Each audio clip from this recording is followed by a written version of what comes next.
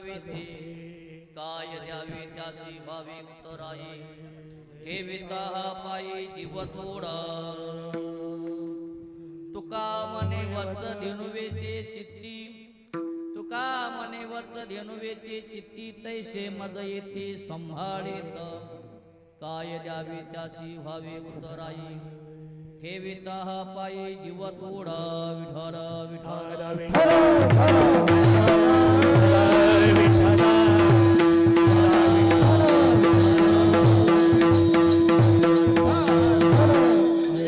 केल्या स्मरण होय सकळ विद्येचे अधिकरण ते वंदो श्री चरण श्री गुरुचे ते नमस्कारुनी अथ पांडुरंगा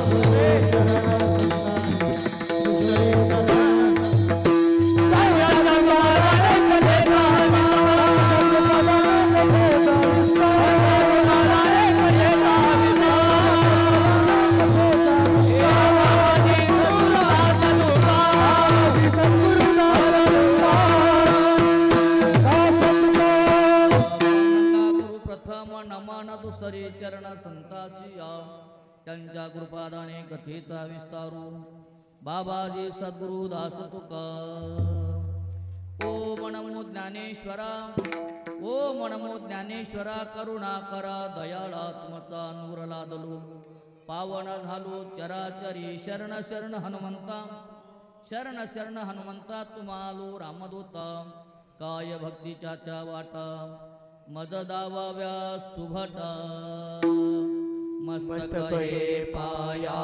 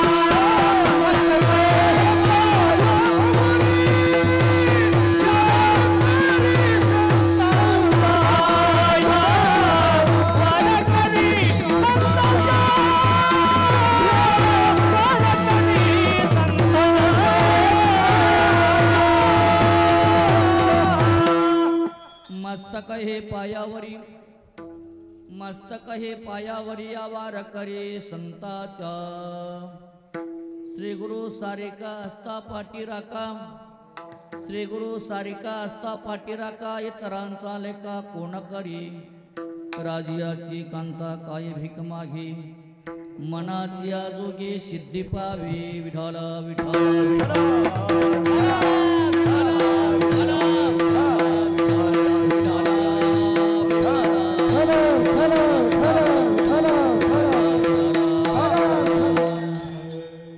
काय सांगू आता संताचे उपकार काय सांगू आता संताचे उपकार माझा निरंतर जागावी ते काय द्यावी त्याशी व्हावी उतराई ठेविता पायी जीव थोडा प्रस्तुत्रांनी प्राप्त प्रसंगी आदरणीय प्रातस्मरणी सिद्ध संत सद्गुरु सीताराम बाबा यांच्या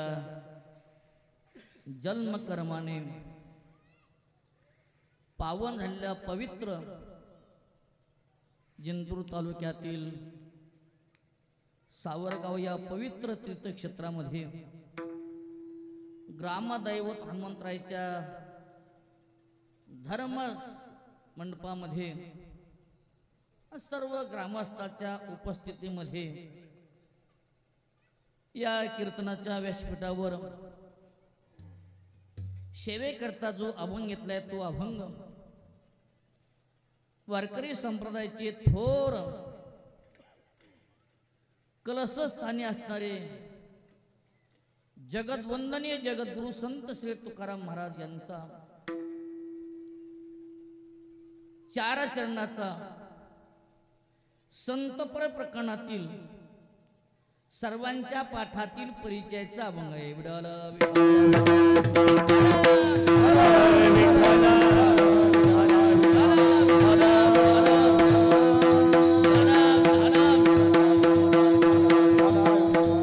या अभंगाच्या माध्यमातून जगद्वंदनीय जगद्गुरु संत श्री तुकाराम महाराज आपल्या अवतार कार्यामध्ये आपल्यावर जी संतांची कृपा झाली,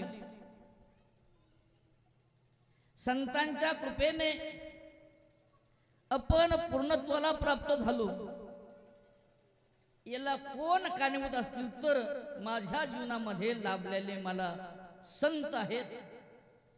आणि त्या संतांनी माझ्यावर कोणती कृपा केली, ज्या कृपेने मी इथपर्यंत पोहोचलो, तो भाव या अभंगातून तुकोबर आहे.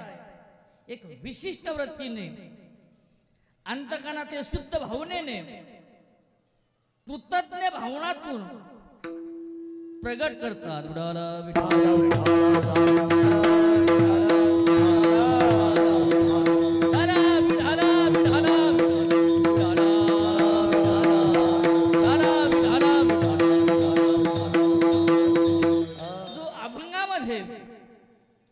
जगद्वंदनीय जगद्गुरु तुकोबरायांनी आपल्या संताबद्दल जो भाव प्रगट केला, तोच भाव त्यांच्या शब्दाचा मागोवा घेऊन, त्यांच्या शब्दाचा भाव घेऊन आज आपल्या सर्वांच्या साक्षीने, आपल्या सर्वांच्या अंतःकरणातून सिद्ध संत सद्गुरु सीताराम बाबांच्या माध्यमातून आपण जन्मल्यापासून इथपर्यंत पोहोचलो, त्याला कोण कारणीभूत असतील तर सिद्ध संत सद्गुरु सीताराम बाबा.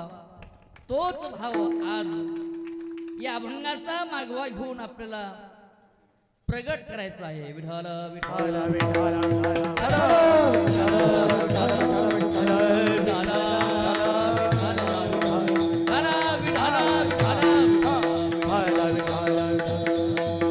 तो भाव प्रगट करण्यापूर्वी मी प्रथम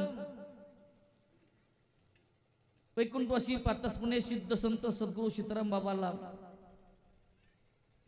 ज्या भूमीने या महाराष्ट्राला त्यांच्या जन्माच्या माध्यमातून एक महाराष्ट्राला हिरा दिला, परीस दिला, त्या भूमीला कृतज्ञ भावनेतून नतमस्तक होणं अध्यक्ष माझं कर्तव्य आहे. कारण आपल्या सर्वांना माहिती आहे, ज्ञात आहे, या विश्वामध्ये भक्ताच्या क्षमताला बांधून अनंत कोट ब्रह्मनाय भगवान परमात्म्याने अनेक अवतार घेतले. भगवंताबद्दल बोलायचं म्हटलं तर अवताराच्या राशी तो हा उभा विटेवरी अनंत अवतार घेतलेले आहेत. त्या अनंत अवतारापैकी संत मालिकेमध्ये अण्णाने साधारण ज्या अवताराला महत्व आहे ते 10 अवतार आहेत. त्या 10 अवतारामध्ये सुद्धा तुमच्या आमच्या जीवनामध्ये ज्या अवताराचं अनुकरण करावं, ज्या अवताराचं अनुकरण आपण केलं तर आपलं जीवन परिपूर्ण होऊ शकतं, याच्याकरता एकच अवतार आहे, तो म्हणजे मर्यादा पुरुषोत्तम प्रभू रामचंद्राचा 7वा अवतार आहे.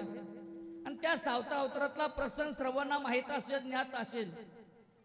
ज्या प्रभू रामचंद्राचं राज्याभिषेक होणार, ज्या प्रभू रामचंद्राला एक अयोध्येचा राजा म्हणून अयोध्येची प्रजा पाहणार, पण प्रजेचं दुर्भाग्य म्हणून एका रात्रीत प्रभू रामचंद्राचा वनवास पुढे आला आणि 14 वर्ष प्रभू रामचंद्र वनवासाला गेले. ते गेले का गेले, कशा करता गेले, किती जाणं गरज होतं, तो भाग वेगळा आहे.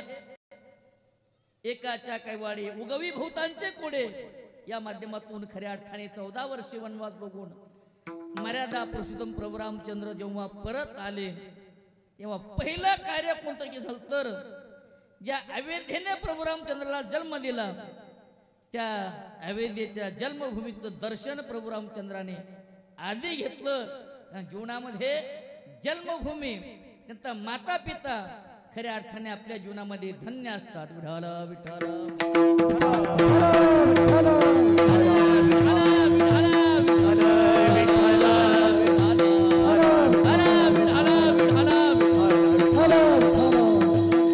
ह्या भूमीने तुमच्या आमच्या सारख्या मानवाचा लाखो भक्तांचा उद्धार करण्याकरता या भारताला या मराठवाड्याला महाराष्ट्राला जो परी दिला म्हणजे सिद्ध संत सद्गुरू सीताराम बाबा आहे. या भूमीचे उपकार आपण कशाने करू फिटू शकत नाही, ते शब्दाने प्रगट करता येणं शक्य नाही. ही भूमी या भूमीसारखी धन्य भूमी अन्य कोणती भूमी नसेल. जेथे हरीचे दास जन्म घेती, जेथे हरीचे दास जन्म घेती, जेथे हरीचे दास जन्म घेती, जेथे हरीचे दास जन्म घेती. पवित्र ते कूळ पावन प्रदेश, पवित्र कूळ पावन प्रदेश, जेथे हरीचे दास जन्म घेती, जेथे हरीचे दास जन्म घेती. पवित्र कूळ पावन प्रदेश, पवित्र कूळ पावन प्रदेश, जेथे हरीचे दास जन्म घेती, जेथे हरीचे दास जन्म पवित्र ते कुळ पावन तो देश जेथे हरीचे दास जन्म घेती. जे हरिभक्त ज्या देशामध्ये जन्माला येतात, ज्या कुळामध्ये जन्माला येतात ते कुळ धन्य, तो देश धन्य आहे. मित्र असं म्हणाले या जगामध्ये अनेक देश आहेत, या विश्वामध्ये अनेक देश आहेत, पण इतर देश वेगळ्या आणि ज्या देशात आपण जन्माला आलो तो देश वेगळा आहे. भरतखंडे नरधे प्राप्ती हे तो परम भाग्याची संपन्न. अरे इतर देशात जन्म मिळणं दुर्भाग्य आहे आणि भारत देशामध्ये जन्म मिळणं आपल्या सर्वांचं परम भाग्य आहे. त्या भारतात अनेक देव अनेक संत जन्माला आले. जगाच्या पाठीवर भारत देश धन्य म्हटलेला आहे. त्या भारतात महाराष्ट्र धन्य आहे, कारण महाराष्ट्राची ओळखच कोणत्या शब्दाने आहे. महाराष्ट्र संतांच्या नावाने ओळखणारा महान राष्ट्र म्हणजे तो महाराष्ट्र. विठ्ठल विठ्ठल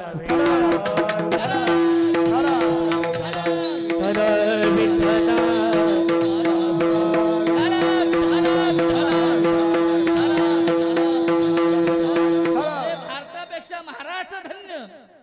आणि त्या महाराष्ट्रामध्ये बोलायचं म्हटलं तर त्या महाराष्ट्रातला मराठवाडा धन्य आहे. मराठवाडा धन्य आहे कारण या मराठवाड्याने या भारत देशाला या महाराष्ट्राला अनेक रत्न दिले, अनेक बरे दिले. नव्हे वारकरी सम्राटचा पायार असणारे संत या महाराष्ट्राला देणारे कोण असतील तर मराठवाड्यातील आपेगावचे असणारे ज्ञानियांचे राजे साधकाचे मायबाप सकळ संत कंठभूषण आळंदी निवासी ज्ञानेश्वर महाराज हे दिले पुणे याच मराठवाड्याने. विठ्ठल विठ्ठल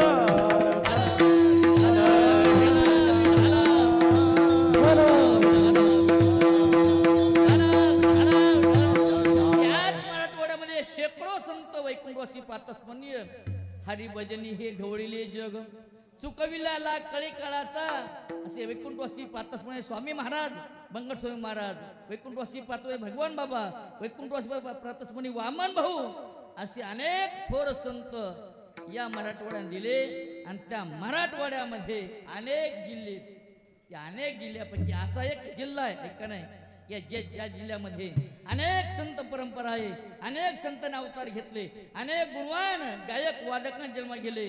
नवे नवे आमच्या आराध्य क्षेत्रामध्ये एखादा महाराज चमकला, एखादा कीर्तनकार चमकला, एखादा गायक चमकला, वादक तर तो गायक, तो साधक, तो महाराज कुठालचा नाव घेतो फक्त परभणी जिल्हा. विठ्ठल विठ्ठल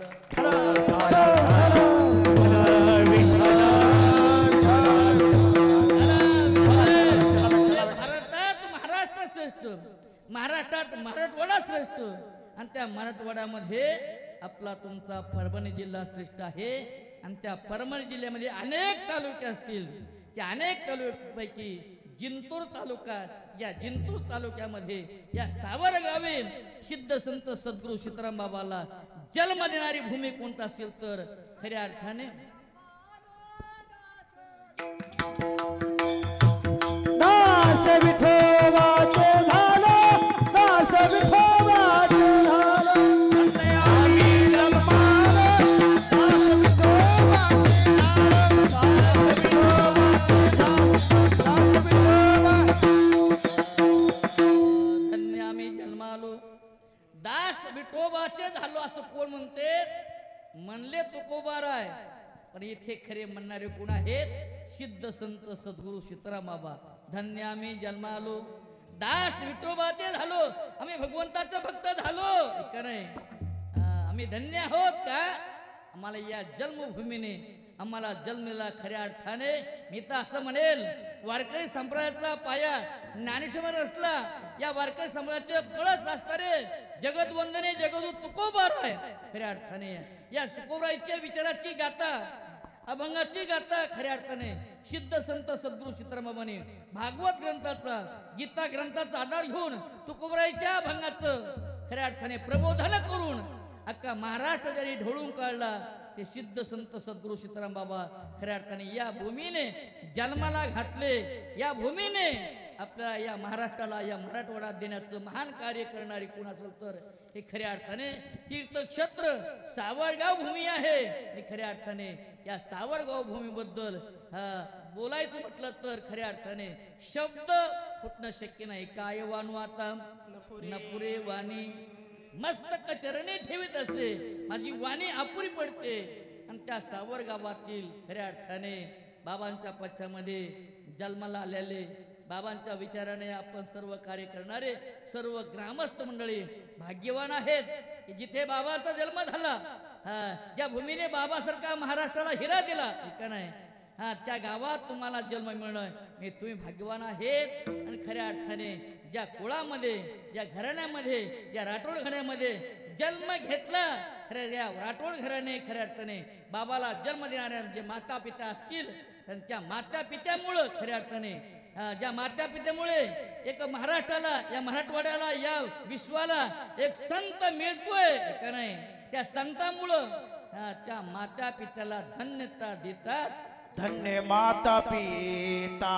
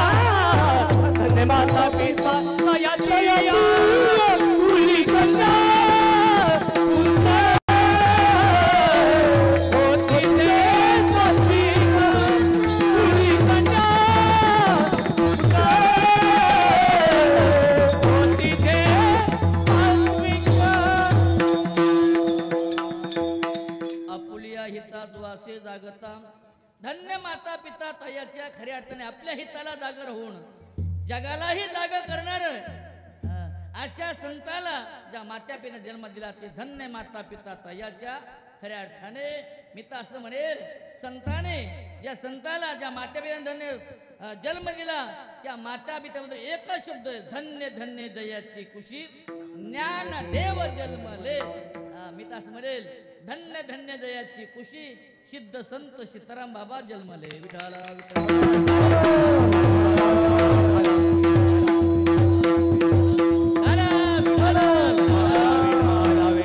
अशा सिद्ध संतांच्या माध्यमातून त्या माता पित्याला त्या परिवाराला त्या गावाला धन्यते अरण रतनाची खान जन्मला निरान सावता तो खऱ्या अर्थाने संतांच्या अवताराने संतांच्या जन्माने ते कुळ ते गाव ते परिवार धन्य होत असतो खऱ्या अर्थाने आपलं सावरगाव धन्य आहे राठोड परिवार धन्य आहे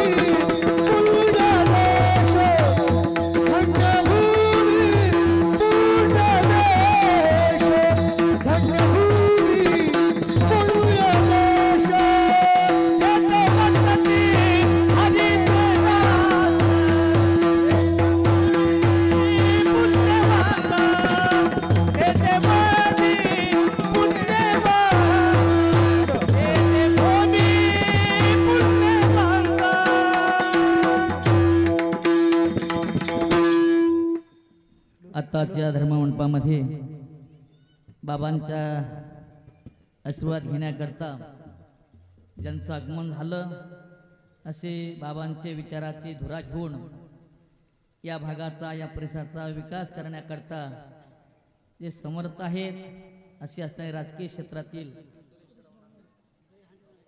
आदरणीय आमचे सुरेशरावजी नागरे पाटील या ठिकाणी आले आहेत. त्याचबरोबर या भागाचे असणारे माजी आमदार माजी विजय भांबळे साहेब त्यांचे आगमन या ठिकाणी झाले आहे. खऱ्या अर्थाने आज त्यांच्या येण्याने या व्यासपीठाला एक आगळं वेगळं वैभव प्राप्त झालं आहे. आज खऱ्या अर्थाने आदरणीय बाबा ज्या कोळा जन्माला आले ते विश्वनाथरावजी राठोड साहेब त्या ठिकाणी आले. खऱ्या अर्थाने आज मी तर असं म्हणेल सिद्ध संत सद्गुरू सीतारामांच्या माध्यमातून आज भक्ती आणि शक्ती एकत्र आज पाहायला मिळत आहे.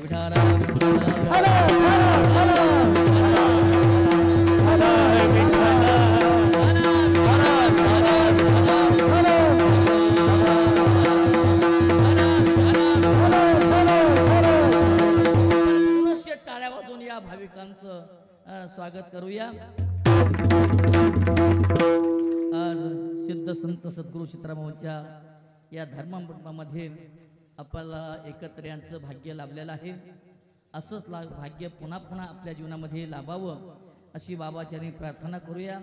आपला विषय चालू होता खऱ्या अर्थाने बाबांच्या येण्याने ही भूमी हे कुळ धन्यंतरा प्राप्त आहे. आमच्या आदरणीय आमचे उत्तमरावजी किंवा राठोड परिवार संपूर्ण भाग्यवान आहे की त्यांच्या कुळामध्ये संतांनी अवतार घेतला आणि त्या कुळासह या गावाचा या भागाचा नवीन हे महाराष्ट्रातील शेकडो गावाचा उद्धार करण्याचं कार्य करणारी एक व्यक्ती असेल तर खऱ्या अर्थाने सिद्ध संत सद्गुरू सीताराम बाबा.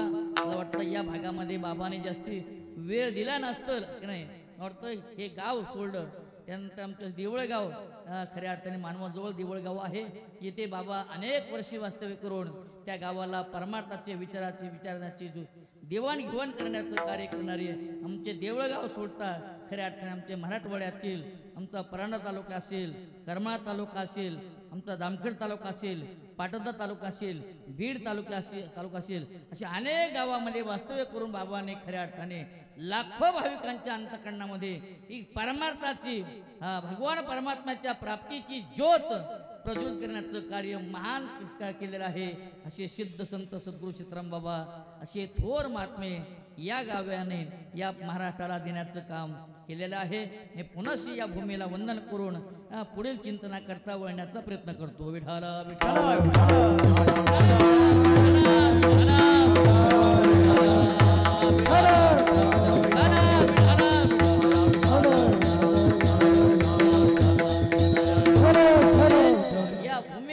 बाबा प्रगट झाले आणि आपल्या अवतारातलं महान कार्य करत करत करत खऱ्या अर्थाने आमच्या जामखेड तालुक्यातील श्री सीतारामगडामध्ये त्याच्या माध्यमातून खऱ्या अर्थाने बाबांनी शेवटचा श्वास घेऊन आपलं कार्य खऱ्या अर्थाने स्थूल ध्याच्या माध्यमातून संपूर्ण आहे. आज सिद्ध संत सद्गुरू सीताराम महाराज इहलोकाचा निरोप घेऊन स्थूल ध्याने इहलोकाचा निरोप घेऊन 10 वर्ष पूर्ण होत आहे. त्यांच्या पश्चामध्ये आमच्या भागामध्ये गुढीपाडव्याचा त्यांचा जन्मदिवस सिद्ध करून खऱ्या अर्थाने लाखो भाविकांच्या माध्यमातून अनेक वाढदिवस अभिष्टचिन्ह सोहळे संपन्न झाले. त्याच्यामध्ये अनेक ठिकाणी बाबांच्या हेलिकॉप्टरतून मिरवणूक झालेली, आमच्या भव्य दिव्य हत्तीवर मिरवणूक झाली, अनेक भव्य दिव्य रथातून बाबांची मिरवणूक करून मोठा ऐश्वर्य संपन्न सोहळे बाबांच्या ठिकाणी भागामध्ये आमच्या परिसरात संपन्न झाले. अशा थोर महात्म्याने गेली 10 वर्षापूर्वी आपला अवतार कार्य संपल्यानंतर आपलं शेवटचा निर्वाणाचा ध्येय जिथे ठेवून खऱ्या अर्थाने भूमीला तीर्थक्षेत्र असं नामकरण करून खऱ्या अर्थाने ती भूमी धन्य केली. म्हणजे नगर जिल्ह्यातील जामखेड तालुक्यातील खरडा हे भूमी आहे, शिवपट्टण नगरी आहे, जिथे 12 ज्योतिर्लिंगाचे पवित्र खऱ्या अर्थाने जागृत दैवत आहेत. अशा शिवपट्टण नगरीमध्ये बाबाने समाधी घेऊन खऱ्या अर्थाने ते श्री सीताराम गडाची निर्मिती केली. त्या गडावर प्रत्येक वर्षी लाखो भाविकांच्या माध्यमातून भव्य दिव्य अखंड हरिनाम सप्ताह संपन्न होता. जसं अनेक वर्षापासून तो चालू आहे, तोही सप्ताह या वर्षी आमच्या खरडा या ठिकाणी श्रावण वद्य त्रयोदशी ते भाद्रपद शुद्ध चतुर्थी या कालावधीमध्ये मोठ्या थाटामाटामध्ये संपन्न झाला. आणि त्या सोहळ्याकरता खऱ्या अर्थाने प्रतिवर्षाप्रमाणे याही वर्षी ज्या भूमीमध्ये बाबाने अवतार घेतला, जी भूमी अवताराने पावन झाली, असे सावरगावच्या स्तरे शेकडो भक्त, राठोड परिवार, सर्व ग्रामस्थ मंडळी बहुसंख्येने आमच्या सीतारामगडावर आले. आणि काल्याच्या दिवशी सहज विषय निघाला की खऱ्या अर्थाने बाबांच्या पथ्यामध्ये आपण सीतारामगडावर भव्य दिव्य स्वरूपाचा कार्यक्रम करता.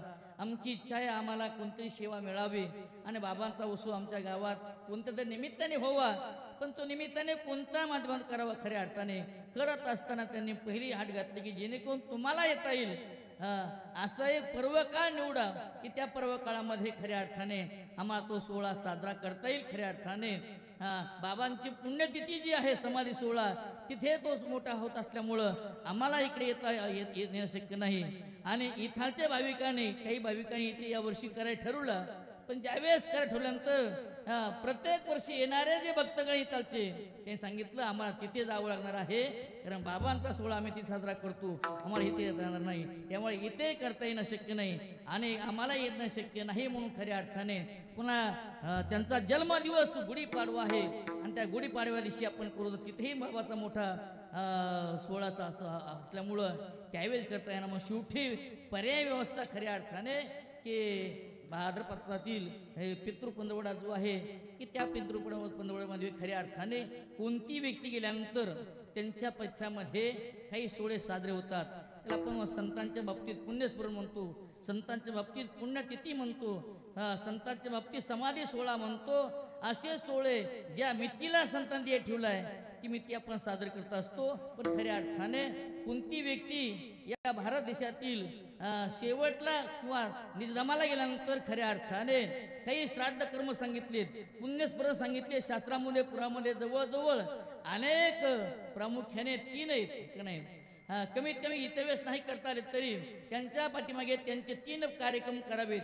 एक कार्यक्रम कोणता आहे, ज्या तिथीला त्यांनी ठेवलाय तो दिवस साजरा करणे म्हणजे ती मिती म्हणजे पुण्यस्मरण निमित्ताने साजरी करावी. त्यानंतर वर्षाचे 360 दिवस आहेत. त्या 360 दिवसापैकी असे 3 मुहूर्त आहेत, 3.5 मुहूर्त आहेत की त्या दिवशी पंचांगुणाची गरज असते.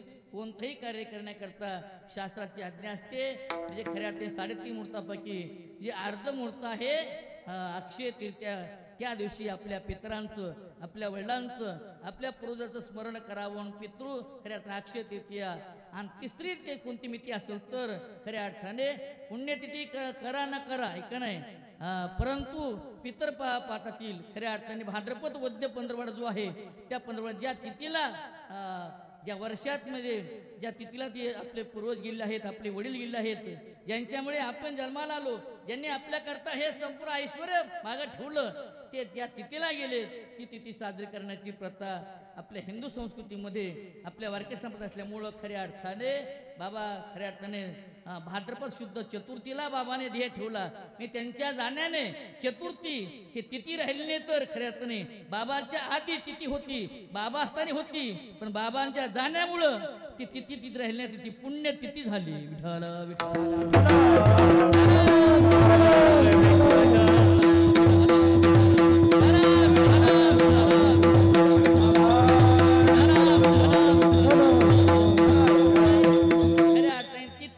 आम्ही प्रत्येक वर्षी खरडा या ठिकाणी साजरी करतो खऱ्या अर्थाने. पण ती तिथीच खऱ्या अर्थाने पुन्हा त्या तिथीला कार्यक्रम करायच्यानंतर भाद्रपद वद्य पंधरवडा आहे, पितृ पंधरवडा, त्यापैकी चतुर्थी तिथी ही शिल्लक आहे. मी काय हरकत नाही, तुमची इच्छा असेल तर आजची तिथी तुम्ही साजरी करा, निश्चित साजरी करा. त्यांनी काय हरकत नाही, आम्ही करतो. आम्ही गावाला सर्वसह विचार करतो आणि तुम्हाला फोन करतो, पण तुम्हाला यावं लागेल. त्यावेळेस मला त्यांनी बांधून घेतलं, म्हणजे काय हरकत नाही. तुम्ही जर या तिथीला बाबांच्या निमित्ताने उत्सव करत असाल तर आम्ही निश्चित तुमच्या कर्तव्य करू. तुम्ही प्रत्येक वर्षी येता, कारण बाबांच्या हयातीमध्ये जेवढे शेकडो कार्यक्रम झाले त्या कार्यक्रमामध्ये या भागातले देवळगावचे लोक भक्तगण आणि सावरगावचे भक्तगण आले नाही असा एकही बाबांचा कार्यक्रम आमच्या भागात साजरा झाला नाही. खऱ्या अर्थाने मग तुम्ही जर प्रत्येक वर्षी बाबा हयात असताना आणि बाबांच्या पथ्यामध्ये येत असाल तर आम्ही काय एक दिवशी येऊ नये. खऱ्या अर्थाने मी सांगितलं, मी एकटाच नाही तर बाबांचे जी भक्तगण आहेत, बाबांनी ज्यांची धुरा माझ्या निमित्ताने अनेकाच्या खांद्यावर दिली, हे सर्व आम्ही येऊ खऱ्या अर्थाने म्हणून इथे येण्याचा आग्रह धरला, आपण केला. आणि आम्ही या ठिकाणी येत असताना खऱ्या अर्थाने आज लांबचं अंतर आहे, जामखेड तालुक्यातील खरडा या ठिकाणी यायची म्हटल्यानंतर तितका वेळ आमच्याकडे साजरा मिळणार नाही किंवा सकाळी लोक निघणं होणार नाही, म्हणून आम्ही एक मध्ये टप्पा केला. ते म्हणजे बाबाने हयातमध्ये पहिल्या अर्थाने गेली अनेक वर्षे बाबाला सांभाळलं. बाबाला आपल्या आईवडिलांचं प्रेम ज्या गावाने दिलं, ज्या भूमीप्रमाणेच बाबाला प्रेम देण्याचं काम आमच्या स्तरे मानवत जवळ ते देवळगावकरांनी केलं. त्या देवळगावला रात्री मुक्काम केला. खऱ्या अर्थाने त्यांनी सुद्धा रात्री आमचं इतकं स्वागत केलं, इतकं स्वागत केलं. आम्हाला माहीत नव्हतं की देवळगावला गेल्यानंतर आमचे देवळगावकर इतकं प्रेम देतील काय सांगता येत नाही. आम्हाला रात्र कुणीकडे गेली कळाली नाही. खऱ्या अर्थाने रात्री स्वागत, सकाळी स्वागत, आणि इथे आल्यानंतर खऱ्या अर्थाने आमच्या आयुष्यात जो सोहळा पाहायला मिळाला नाही खऱ्या अर्थाने, तो सोहळा आज खऱ्या अर्थाने सावरगावकरांनी अगदी आमच्या संपूर्ण वारकऱ्याला आम्हाला हे स्वागत करून खऱ्या अर्थाने भव्य दिव्य दिंडी सोहळा, भव्य दिव्य खऱ्या अर्थाने टाळ मृदंगाच्या गजरामध्ये आमच्या ठिकाणी स्वागत केलेलं आहे. खऱ्या अर्थाने त्याच्याबद्दल बोलायचं म्हटलं तर नपूर हे वाणे विठ्ठल विठ्ठल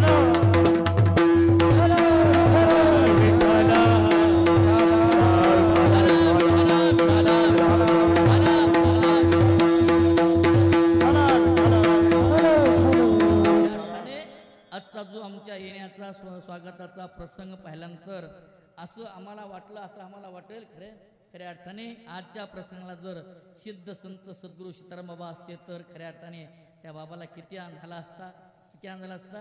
त्या आनंदाला पारावार नाही. खऱ्या अर्थाने आज खऱ्या अर्थाने प्रति बाबाच या ठिकाणी आलेत अशा प्रकारचा भाव सर्व ग्रामस्थांनी या ठिकाणी प्रगट केलेला आहे. खऱ्या अर्थाने जितकं कौतुक करावं तितकं वर्णन करावं कमी आहे. खऱ्या अर्थाने बाबा खऱ्या अर्थाने बाबा हयात असताना सुद्धा या सोहळा आजच्यासारखा झाला असता, पण बाबाने असा सोहळा त्यांच्या आयुष्यात लवकर घडून दिलाच नाही. विठ्ठल विठ्ठल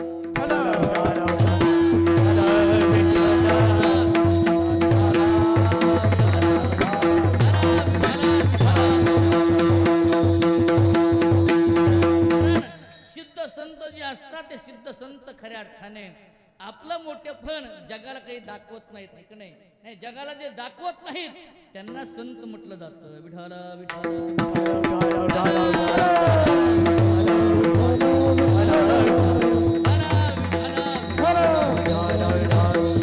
जो 60-70 वर्षे भागा आमच्या परिसरात बाबाने वास्तव्य केलं त्या 60-70 वास्तव्यामध्ये वर्षामध्ये कधी बाबाने त्यांच्या कार्यक्रमाला पत्रिका छापून दिली नाही फोटो टाकून दिला नाही खऱ्या अर्थाने मोठा लवाजमा जुळण्याचा प्रयत्न केला नाही जेवढे जमतील तेवढेच का नाही खऱ्या अर्थाने नवे नवे बाबाबद्दल बोलायचं म्हटलं तर बाबाने त्यांच्या आयुष्यामध्ये तारखेचा पारमार्थ कधी केलाच नाही विठ्ठल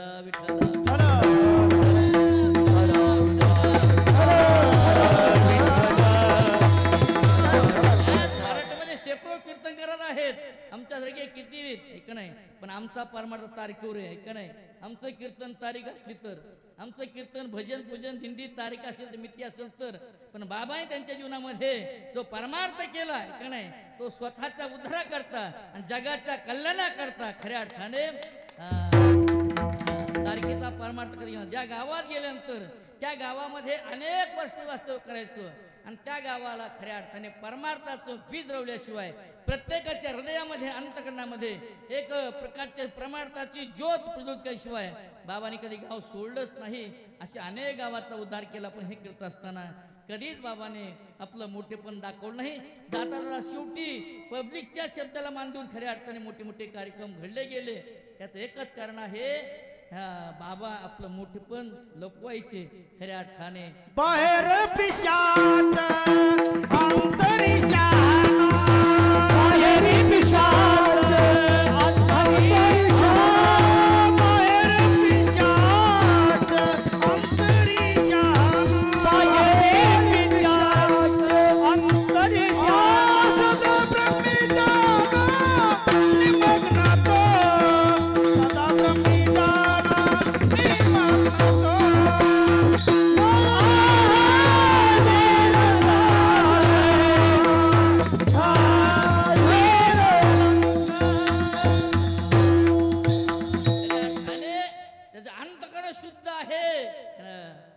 ते बाहेर मोठेपण दाखवत नाही का नाही साधी अवस्था का नाही साधक अवस्था खऱ्या अर्थाने असे दाखवण्याचं काम बाबाने आपल्या अवतार कार्यामध्ये केलेलं आहे आणि अशा बाबांचा सोहळा खऱ्या अर्थाने येथे साजरा झाला असता पण बाबांचा सोहळा कधी तिथे घडून दिला नाही एक नाही खऱ्या अर्थाने ह्याही गावाची इच्छा होती बाबा आहेत असताना बाबाने यावं एक नाही आम्हाला वेळ द्यावा पण बाबाने कधी काय खऱ्या अर्थाने असा वेळ दिला नाही त्याचं एकच कारण आहे त्यांना हा लौकिक कधीच आवडला नाही कधी शिवला नाही विठ्ठल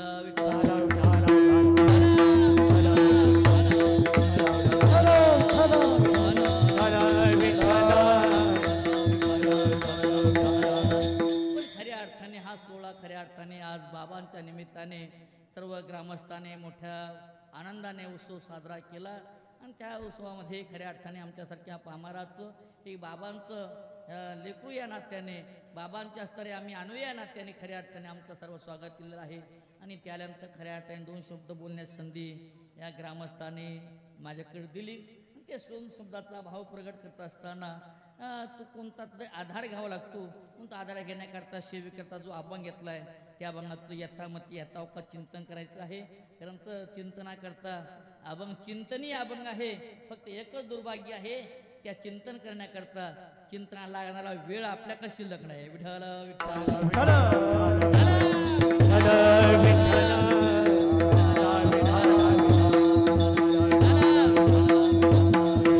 मी कीर्तनाला उभं राहायच्या आधी विचारलं म्हणलं हे पब्लिकने खाल्ले का काय ऐका नाही म्हणले बाबा तुम्ही येणार असल्यामुळं आम्ही आमच्या गावात अजून कोणी अन्न शिवला नाही खऱ्या अर्थाने ग्रामस्थांनी अन्नाचा कण घेतला नाही सर्व उपवासी आहेत ऐका नाही आम्ही फक्त देवळगावामुळं ऐका नाही आम्ही खाऊन आलो ऐका नाही अजून 2 तास जरी आम्ही नाही पंगत बसले तरी आम्हाला काही नाही पण तुमची कोण बाबाची परंपरा होती बाबा वेळ झाल्यानंतर कार्यक्रम बंद करायचे आणि आधी सर्वांचा